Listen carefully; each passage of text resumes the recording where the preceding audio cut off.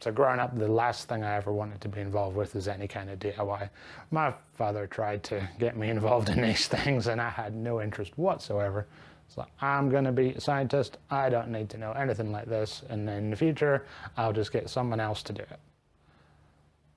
Now, at 18, I moved out.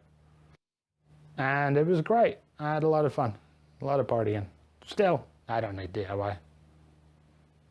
Then the light in the bedroom went out. Okay, I can deal with this. I'm clever. I tried changing the light bulb. That didn't work though. So I had some knowledge. I mean, I knew how a light bulb worked, or so I thought.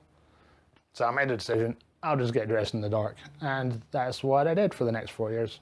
And it was fine. The next thing that happened was the toilet stopped working, but I still needed to use the toilet. I tried not using the bathroom for the next couple of years, but it wasn't really sustainable. So at that point, I learned it's time to start my journey into DIY. And I fixed the toilet in my own special way, but it worked. So I had a positive experience. I got some much needed relief. And fast forward 20 years and now I would work in business. Never became a scientist. It was a good plan. Because you clicked on that video, I think you're probably at that point where you're learning you're gonna have to do some DIY. And it's not hard, but it's hard to get started. And the worst thing that can happen is you fail on your first few attempts and think this isn't for me.